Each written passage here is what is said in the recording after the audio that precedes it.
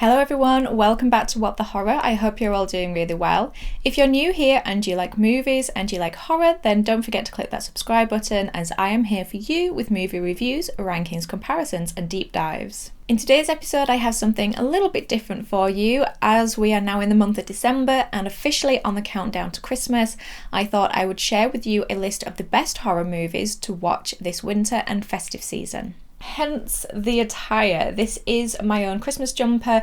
Now, I know it's not on brand, I know it's not a horror movie one, but have you in your life, I don't know if you can see, have you ever seen a more fabulous Christmas jumper? I don't think so.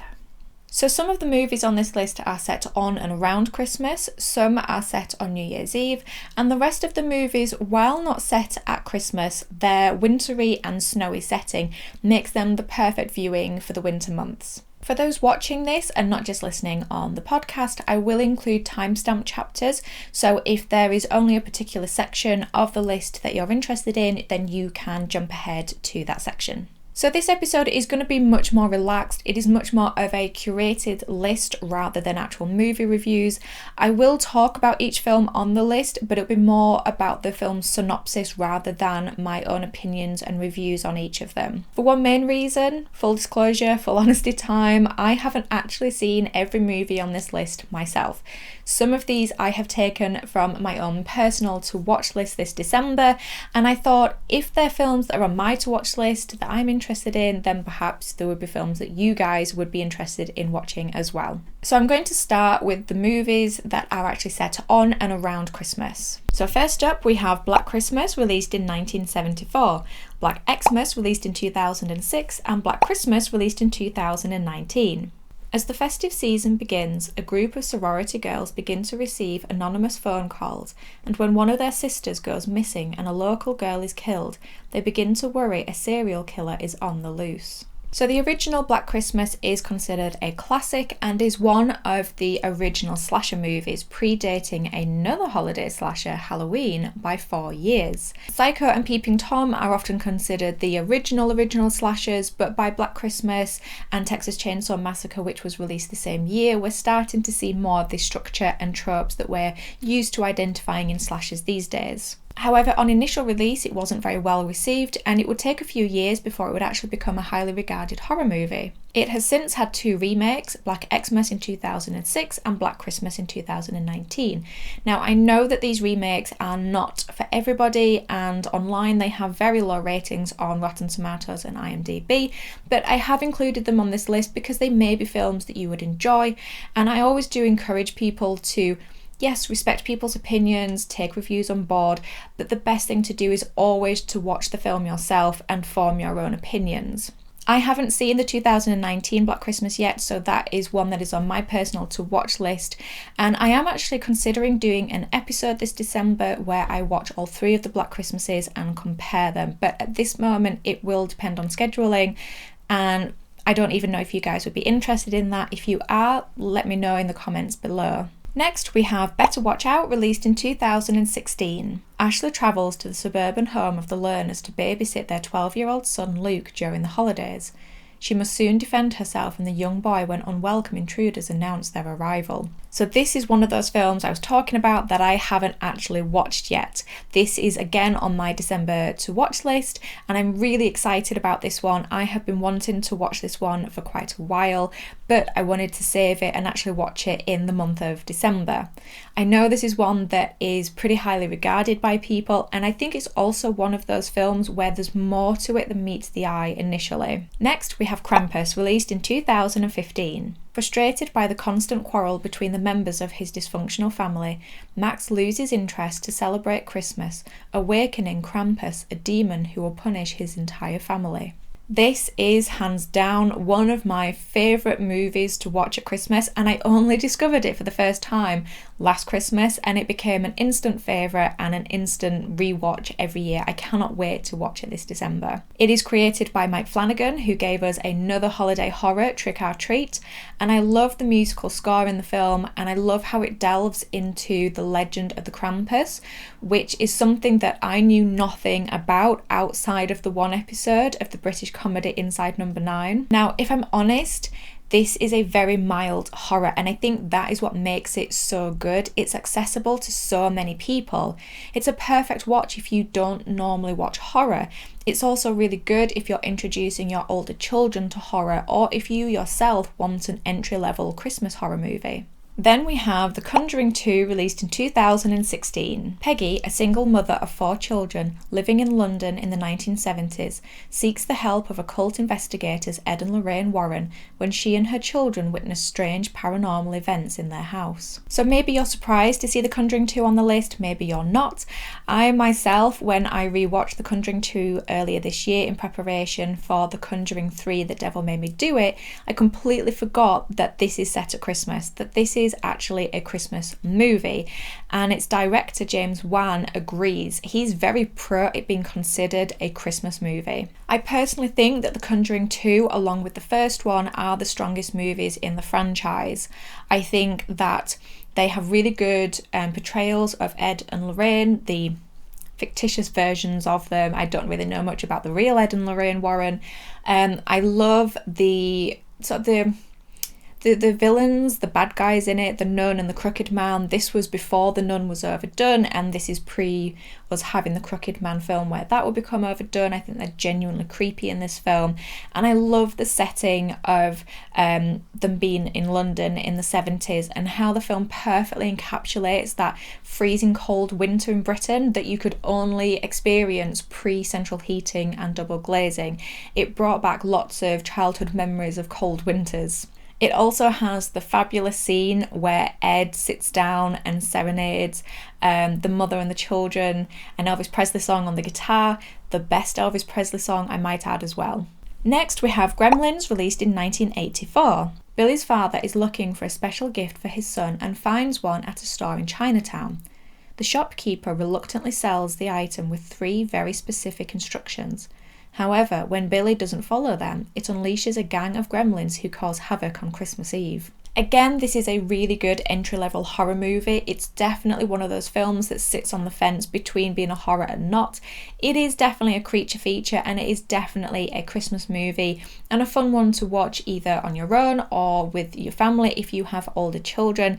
I would say though, not suitable for younger children no matter how cute Gizmo is. Then we have The Lodge, released last year in 2020. During a family retreat to a remote winter cabin over the holidays, the father is forced to abruptly depart for work, leaving his 2 children in the care of his new girlfriend Grace.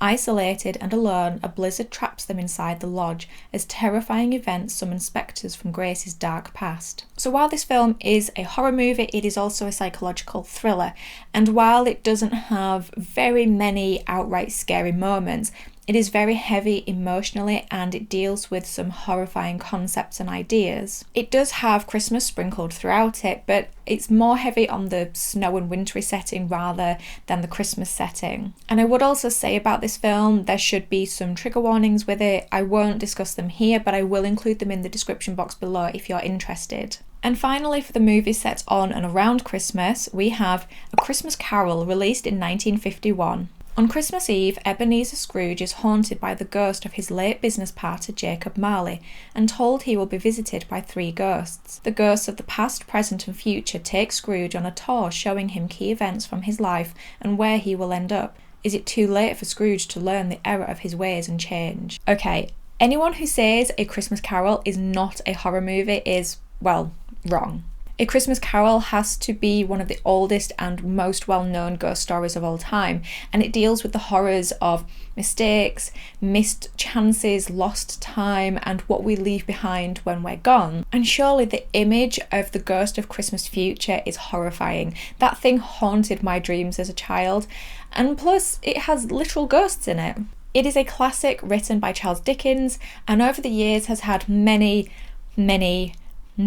adaptations, but for me personally the best and definitive adaptation has to be the black and white 1951 version starring the fantastic Alistair Sim. So these next movies on the list are not set at Christmas, but because of their wintry setting, I think they are perfect to watch this December and during the wintry months. So first up we have The Shining, released in 1980. Jack and his family move into an isolated hotel with a violent past during the winter months.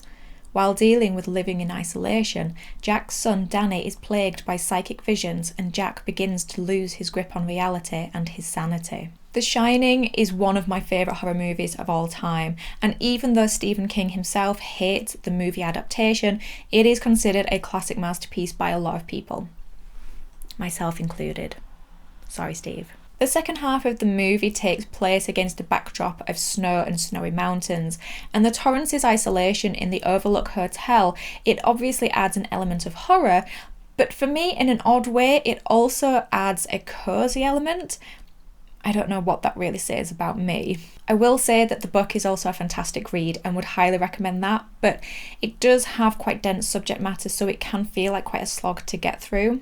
Then we have The Thing, released in 1980, and its prequel, released in 2011. A research team finds an alien being that has fallen from the sky and is starting to hunt them down. Things take a sinister turn when they realise that the creature can take the shape of its victims. This movie, like The Shining, also deals with the horror of isolation and is the perfect winter viewing as the movie and the research team in the movie are set in Antarctica. The original is well renowned for its use of practical effects and includes some pretty spectacular body horror, while the prequel opts for digital effects. I think you'll start to notice a pattern here. There are a lot of movies on this list purely because they have a snowy setting. The next on the list is Misery, released in 1990. A best-selling novelist is on his way home after completing his latest book when he gets into a car accident. He is rescued by a fan of his, only to discover that she is dangerously obsessed and he is actually her prisoner. This is another movie on this list that I haven't actually watched yet, but I am a huge fan of Stephen King, so I will definitely be checking it out, and I have heard that of a lot of the adaptations from his books, this Misery adaptation is often considered one of the best, and in fact Kathy Bates won multiple awards for her portrayal in this film. It does include some scenes that are quite heavy going, and there is one that is quite infamous that you probably are aware of even if you haven't watched the film. So I think this next film is the newest on this list, and that is Till Death, released this year in 2021. Emma is stuck in a stale marriage to Mark and is surprised when he whisks her away to their secluded lake house for a romantic evening on their 10th anniversary. But everything changes the next morning when she finds herself handcuffed to Mark's dead body. Trapped and isolated in the dead of winter, Emma learns this is only the beginning of Mark's twisted plan, and to survive she must fight the hired killers coming to finish her off. I have already shared my in-depth thoughts on this movie in my Letterboxd October recap episode, so if you haven't seen that and you're interested on my thoughts, then I will link it somewhere and you can go and check that out. But otherwise, this is just another perfect film to watch while you're all wrapped up and cozy inside and you're watching people run around in the freezing cold. Next, we have Frozen. No, not that Frozen, the horror one released in 2010. 3 snowboarders are stranded on a chairlift while riding up Mount Holliston. When the night lights suddenly go off, they either need to find their way down or freeze to death. Sounds festive, right? This is again another movie that I haven't yet seen, and I do feel like a bit of a cheat putting them on this list, but like I said in the intro, if I'm interested in watching them, then hopefully you guys will be interested in watching them. So even though it was released in 2010, I hadn't actually heard of it until this year, and this Frozen is actually rated quite highly, and it also stars Kane Hodder of Jason Voorhees fame. Okay, so the next couple of movies on the list are set on New Year's Eve, just to help round off the festive season. So first up, we have New Year's Evil, released in 1980. On New Year's Eve, a killer calls a radio disc jockey who's hosting a New Year's Eve countdown, tormenting her and revealing he will murder someone every hour leading up to midnight.